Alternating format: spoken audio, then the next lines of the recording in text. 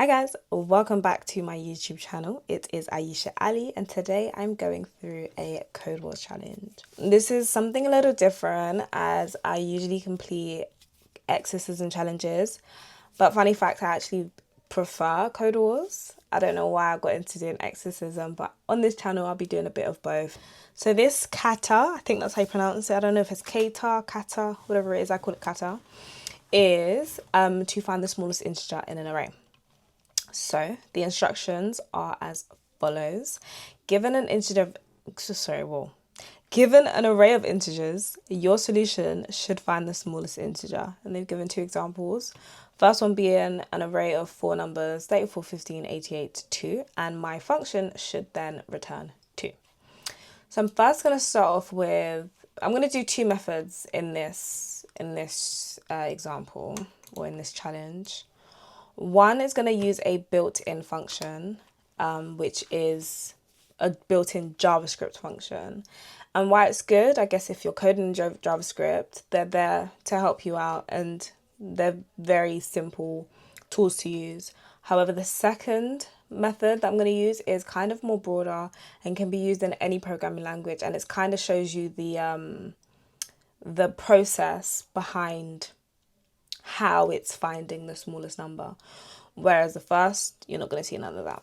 So I didn't actually know if this system takes built-in functions, because if I was in a IDE and I wanted to use the library math, I would have to import it, but with this you don't have to import. I guess it just already assumes that it may be used, and maybe in the background it's being imported somewhere, so I don't need to do that. But in order to use the built-in function I want to use, I need to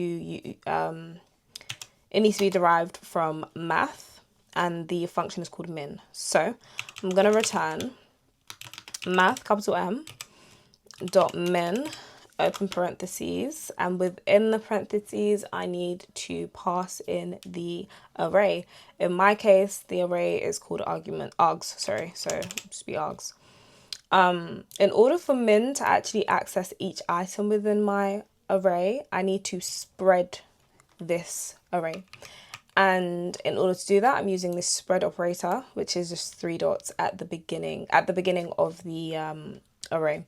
That essentially means I want to spread this array and I need math to access each item within the array. That's one way that I'd explain it.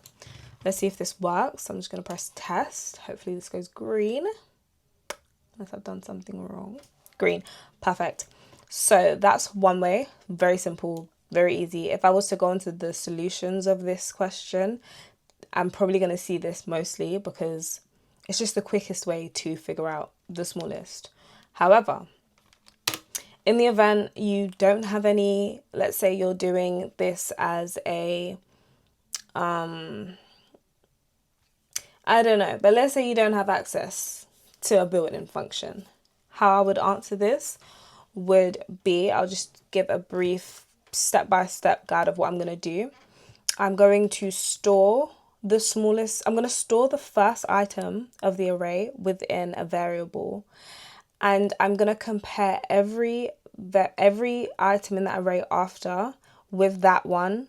And I'm going to compare which one is smaller. Whichever is smaller will then get placed within that variable. If that makes sense. Maybe I should just do it and it will be easier to understand.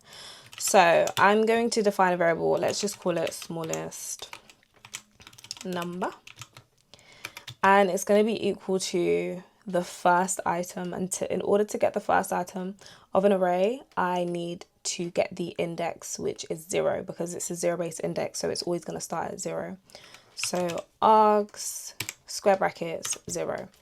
So this is basically saying smallest number is equal to the first number within that array, whatever it is. Could be 100, could be 20, could be 30, could be 1,000, regardless, it doesn't matter. I'm then going to use a for loop. So for I let I is equal to 0, I is less than the length of args. I can't spell, I can't type. I plus plus So this is basically just saying, I want you to loop through args until you get to the last item of args. I don't want you to go further than that because that's where the loop essentially is going to end. So since I'm now looping through, I just want to do a comparison here. So I want to check, use an if statement and check whether the current index, the current number that I'm on with its index being I, so whichever number I'm on in my array, I need it to be less than the smallest number.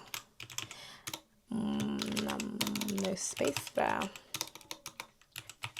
Maybe I should just try to type slower so I can make less mistakes. Anyway, if args I with the index of I is less than the smallest number, then all I want is the smallest number to now be equal to whatever that number is. So args I. And again, smallest, what is smallest? This should be smallest number. Yeah, smallest number. And if that's the case, then just store that in my smallest number. And all I need to do now is just return that variable that I created. So return smallest number. Let me just quickly go over this, make sure I haven't made any mistakes because I'm so prone to make mistakes. To making mistakes. So let smallest number is equal to args 0, so the first number in my array. For I equals 0, I definitely the less than sign, yes, args.length, I plus plus. If args I is less than the smallest number, then the smallest number is now equal to args I. And once you've gone through the whole loop, I then want you to return the smallest number. Let's see if that works.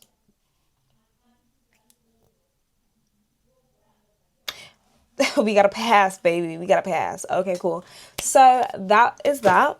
I definitely prefer the first example just because it's quick, it's less thinking, not much to do. But I'd recommend if you are just starting out learning how to code English, you would think it's not my first language. Now that's my train of thought. If you are just starting out learning how to code, then I definitely recommend this method because if I then wanted to do it in Python, then as much as the things I know Python to a certain extent, I've completely forgotten it. But if I was to look up the syntax, I would be able to write this in Python without actually having to study Python, if that makes sense. Whereas the first solution, it doesn't really give you any sort of idea of what's going on under the hood. So yeah, that's that. Thank you for watching. If you got all the way to the end of this video, I would love to see some comments of how you would work this out because I know there's probably 100 ways. This is just one. So please do let me know some more methods in the comments below. Please don't forget to like. Don't forget to share.